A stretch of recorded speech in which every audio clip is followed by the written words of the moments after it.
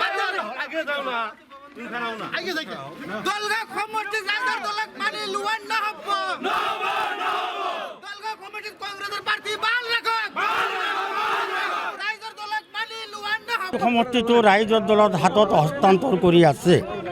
এইটো যদিও আমাৰ এইটো সিদ্ধান্ত হোৱা নাই, তথাপিও আমি গম পাই আছোঁ যে দলগাঁও সমষ্টিটো ৰাইজৰ দলৰ হাতত হস্তান্তৰ কৰিব। আজি আপোনালোকে নিজ চকুৰে দেখা পাইছে কোনো ৰাইজে এইটো মানি লোৱা নাই। আপোনালোকে জানে দলগাঁও সমষ্টিত বিগত লোকসভা সমষ্টিত আমি 3 লাখ ভোটৰ ভিতৰত 2,18,000 ভোট আমি কংগ্ৰেছত দিছিলোঁ। আৰু যেতিয়া পঞ্চায়ত ইলেকশ্যন নহ'ল 29টাৰ ভিতৰত 26টা কংগ্ৰেছৰ আমি কাউন্সিলৰ আমি পাইছিলোঁ।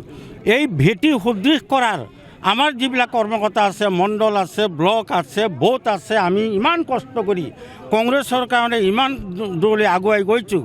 আজি তেখেতসকলে কৈ আছে, তেখেতসকলে চিন্তা কৰি আছে যে আমাৰ দলগাঁও সমষ্টিটো ৰাইজৰ দলৰ হাতত হস্তান্তৰ কৰিব। এতিয়া আমি কেতিয়াও মানি ল'ব নোৱাৰোঁ, অনাগত দিনতো আমি মানি ল'ব নোৱাৰোঁ। কংগ্ৰেছৰ বিভাগীয় কৰ্তৃপক্ষ যিসকল আছে তেখেতসকলক অনুৰোধ জনাইছোঁ, দলগাঁও সমষ্টিটো দলগাঁও সমষ্টিৰ হাতত গতাই দিব লাগে। আমি যোৱা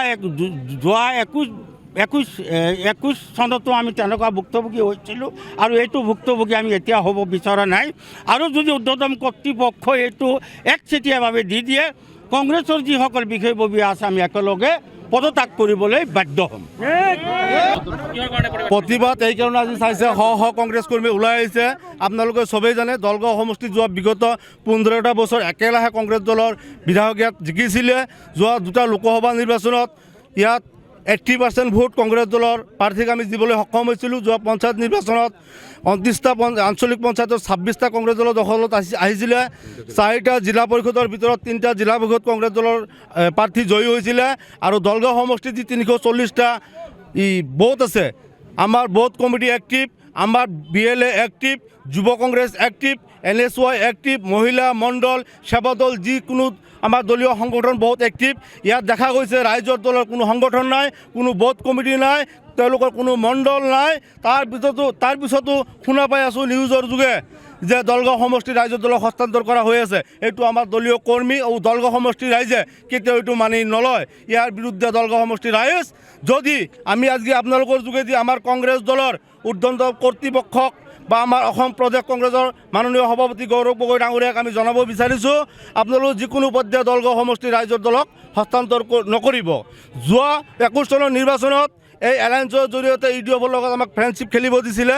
ফ্ৰেণ্ডশ্বিপ খেলিব দি আগতীয়াকৈ তেওঁলোক কোৱাৰ পিছত আমাৰ দলৰ কেন্দ্ৰীয় দেৰিকৈ ঘোষণা কৰাত ৰাইজে ভাবিছিলে UDF আৰু কংগ্ৰেছ একে বুলি UDF দলক জিকাই দিছিলে। কিন্তু এতিয়া দলগাঁও সমষ্টিত যোৱা পঞ্চায়ত নিৰ্বাচনত আপোনালোকে দেখা পালে ইয়াত UDF দলৰ কোনো ভেটি নাই, ৰাইজৰ দলৰ কোনো ভেটি নাই। কিন্তু UDF দলৰ এজন বিধায়ক ইয়াত আছে। যদি ৰাইজৰ দলক হস্তান্তৰ কৰা হয় তে UDF ইয়াত জিকি যাব। যি UDF নেকি আজি বিজেপিৰ বি টিম হৈ কাম কৰি আছে। আমাৰ যুদ্ধ হ'ল বিজেপিৰ লগত, গতিকে বিজেপিৰ লগত যুদ্ধ যদি কৰিছোঁ, বিজেপিৰ বি টিমৰ লগতো আমাৰ যুদ্ধ হ'ব। এইটো আমি কেতিয়াও সফল হ'ব নিদিওঁ। দলগাঁও সমষ্টি কংগ্ৰেছৰ দুৰ্গ আৰু কংগ্ৰেছৰ প্ৰাৰ্থী ইয়াত দিব লাগিব। তাকে আমি এই আপোনালোকৰ যুগতে আজি প্ৰতিবাদী কণ্ঠ জাগ্ৰত হৈ উঠিছোঁ। যিকোনো খবৰৰ বাবে যোগাযোগ কৰক আমাৰ এই নম্বৰত 9181 307 221।